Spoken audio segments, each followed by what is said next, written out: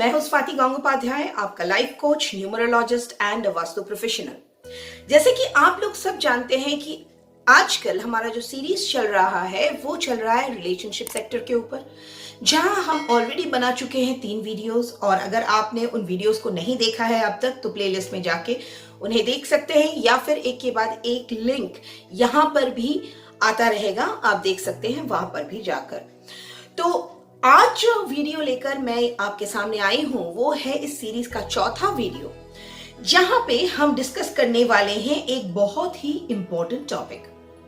अब जो पहले के 3 वीडियोस हैं उनमें हमने जो डिस्कस किया है वो है कि किस तरह से कंपैटिबिलिटी ऑफ मैरिज जो है उसको चेक करना है, किस तरह से कंपैटिबल है या नहीं पेयर्स उसे देखना है, या फिर मोस्ट कंपैटिबल पेयर्स कौन कौन से हैं वो देखना है, या फिर हस्बैंड के लिए वाइफ के लाइफ में या वाइफ के लिए हस्बैंड के लाइफ में या उनके नंबर्स में चेंज आने से क्या क्या हो सकता है, कौन सी पॉजिटिव और नेगेटिव चीजें हो सकती है, उस बारे में ऑलरेडी हम लोग डिस्कस कर चुके हैं। ये तो गया positive parts of a relationship.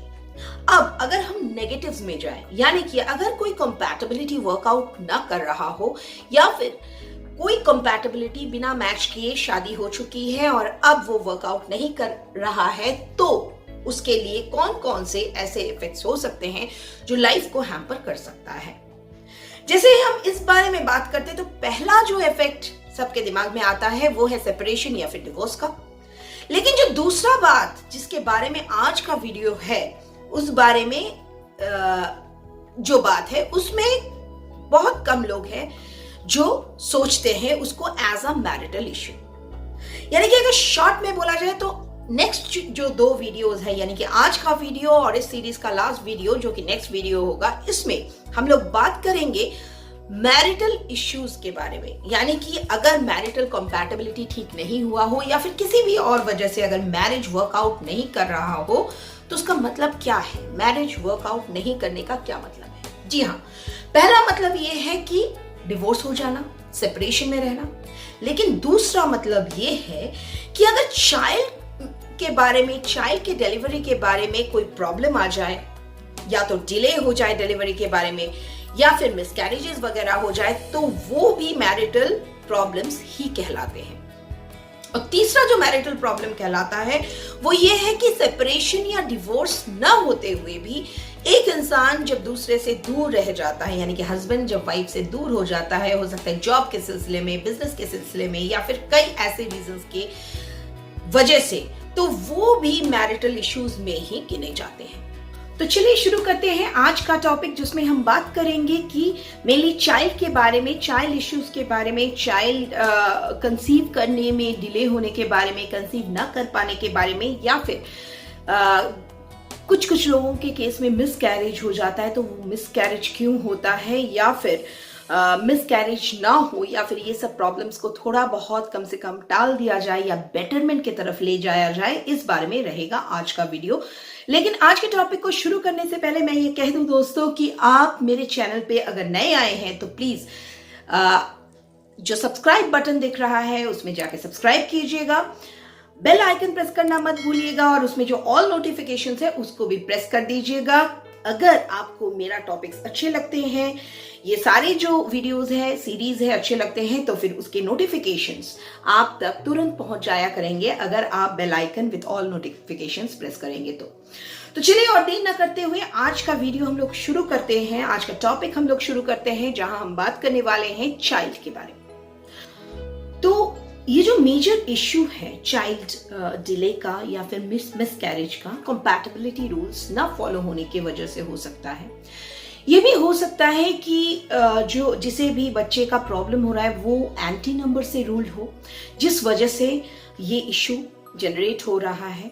तो उस एंटी नंबर से रूल होने का जो भी प्रॉब्लम्स है वो सॉर्ट आउट हो सकते हैं काफी हद तक, एटलीस्ट 70% तक, अगर आप रेमेडीज को अपनाएं, न्यूमरोलॉजी के रेमेडीज को अपनाएं, जो कि मैं अभी यहाँ पे डिस्कस नहीं कर सकती ऑन अ जनरलाइज्ड बेसिस, क्योंकि अगर मैंने ये रेमेडीज यहाँ पे डिस्कस किया तो फिर वो जो है जनरलाइज्ड भाषा में मुझे बोलना पड़ेगा, जो कि करेक्ट नहीं है, क्योंकि ये हर किसी के लिए डिफरेंट होता है। एक तो ये चीज किया जा सकता है कि अगर आप एंटी नंबर से रूल होते हैं या फिर आपके हस्बैंड के साथ आपका कंपैटिबिलिटी सही नहीं है या फिर आपकी वाइफ के साथ आपका कंपैटिबिलिटी सही नहीं है, तो आपको कुछ रेमेडीज करना पड़ेगा जो कि बहुत ही कम खर्चे में हो सकता है।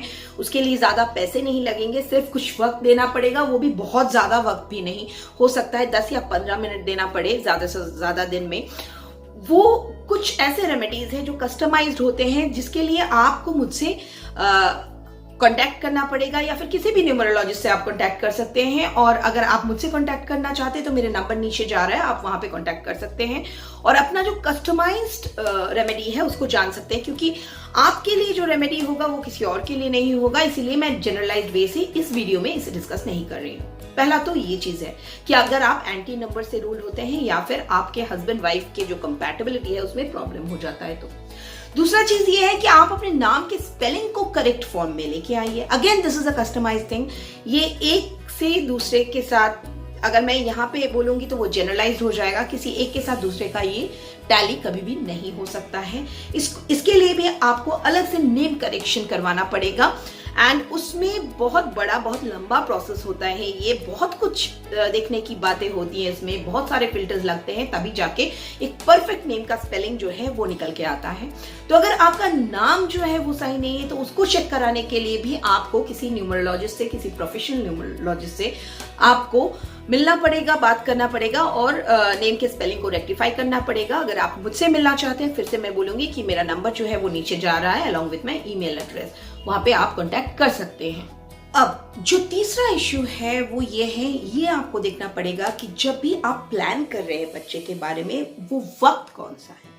मतलब जिस टाइम पे, जिस पीरियड में आप अपना बच्चा प्लान कर रहे हैं, क्या वो पीरियड सही है आपके लिए, ये देखना बहुत जरूरी है।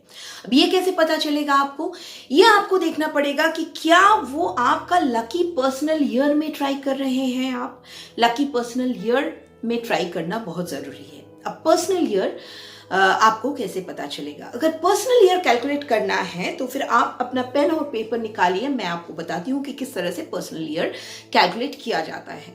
अब पर्सनल ईयर कैलकुलेट करने के लिए पहले तो अपना डेट ऑफ बर्थ आप लिख लीजिए। अब हर ईयर के लिए आपका पर्सनल ईयर अलग होगा, जैसे कि 2021 के लिए आपका पर्सनल ईयर कौन सा है उसका कैलकुलेशन आज हम देखते हैं। तो आप सब अपना जो डेट ऑफ बर्थ है वो लिख लीजिए एक पेपर पर।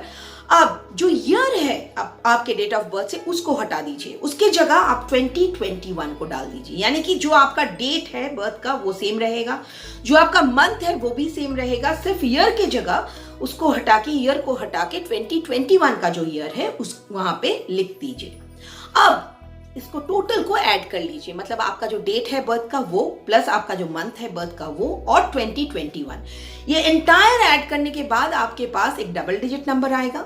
फिर वहां से उसको ऐड करने के बाद एक सिंगल डिजिट नंबर आएगा, तो जो आएगा that is your personal year. वो आपका 2021 के लिए वो आपका पर्सनल ईयर है। अब ये देखना है आपको मेरा वही लकी अनलकी नंबर्स वाले वीडियो में जाकर कि क्या वो नंबर जो भी निकल के आ रहा है आपका पर्सनल ईयर के हिसाब से, क्या वो नंबर आपके लिए लकी है। अगर एट ऑल लकी है तभी आप इस ईयर में ट्राई कीजिए कंसीव करने का।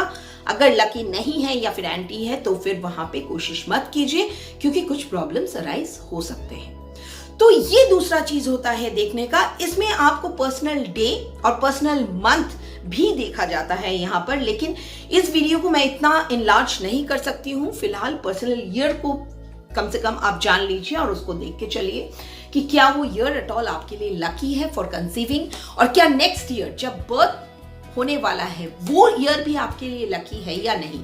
ये दोनों ईयर्स, यानी कि जिस ईयर आप कंसीव करना चाहते हैं और जिस ईयर आपका बर्थ होने वाला है बच्चे का, दोनों ही ईयर्स आपके लिए लकी होना चाहिए। ये देख के चलना आपके लिए बहुत ज्यादा जरूरी है।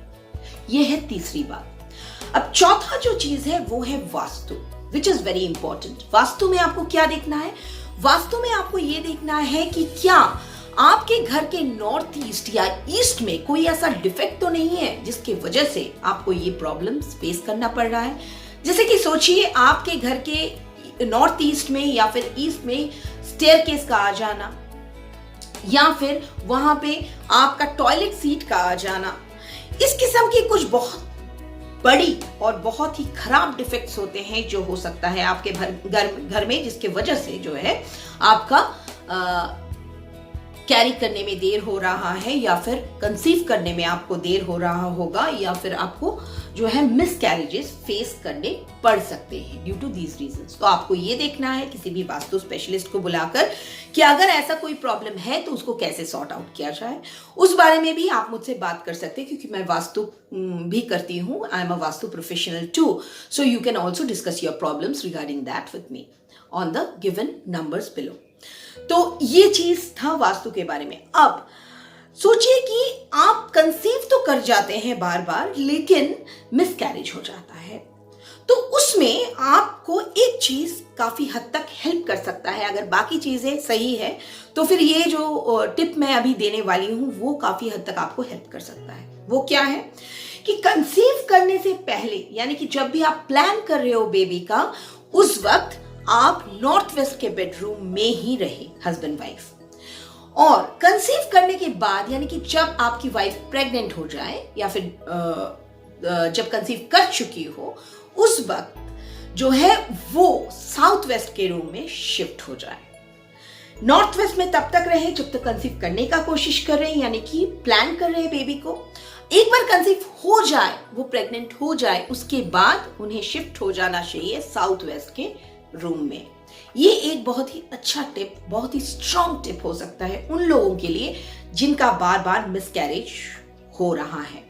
But this can sort your problem 100% जब आप वो सारी रेमेडीज जिसके बारे में मैंने यहाँ पे बात किया है पहले, चाहे वो न्यूमरोलॉजी के हो या फिर वास्तु के, वो सारे डिफेक्ट्स को सॉर्ट आउट करें। तो यस, ऑफ कोर्स ये जो डिफेक्ट्स को आपको सॉर्ट आउट करना पड़ेगा या फिर रेमेडीज करनी पड़ेगी, उसके लिए आपको किसी प्रोफेशनल से कंसल्ट तो करना पड़ेगा। लेकिन आपका जो लाइफ लॉन्ग का प्रॉब्लम है, जिसे लेकर आप आगे बढ़ रहे हैं और कंटिन्यूअसली प्रॉब्लम्स फेस करते जा रहे हैं, वो लेकिन सॉर्ट आउट हो सकता है, एंड दैट इज पॉसिबल।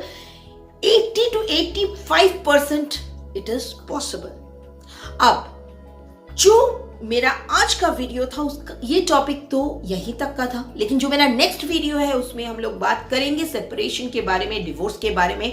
क्यों होता है डिवोर्स, क्यों होता है सेपरेशन, क्यों मैरिज एक्ट नहीं कर पाता है सही तरीके से, क्यों सक्सेसफुल नहीं हो पाती है कई मैरिजेस, उस बारे में बात करेंगे। और बात करेंगे कुछ टिप्स, कुछ रेमेडीज के बारे में भी। तो चलिए, आज का वीडियो यहीं तक का था दोस्तों। आशा है कि आप लोगों को बहुत सारा इंपॉर्टेंट इन्फॉर्मेशन मिला होगा। अगर मिला है तो इस वीडियो को बहुत दूर दूर तक स्प्रेड भी कीजिए, क्योंकि बहुत लोग ऐसे हैं जो लोग इस प्रॉब्लम से गुजर रहे हैं, उनका भी हेल्प हो जाएगा।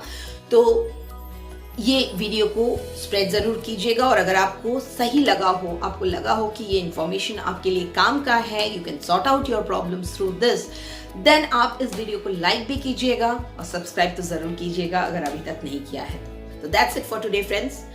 In this condition of pandemic मैं यही कहना चाहूंगी कि पॉजिटिव रहिए, हंसते रहिए, लाइट रहिए, दूसरों को हंसाइए और प्यार से रहिए एक दूसरे के संग, ताकि हमें इन प्रॉब्लम्स को फेस करने में काफी आसानी हो जाए।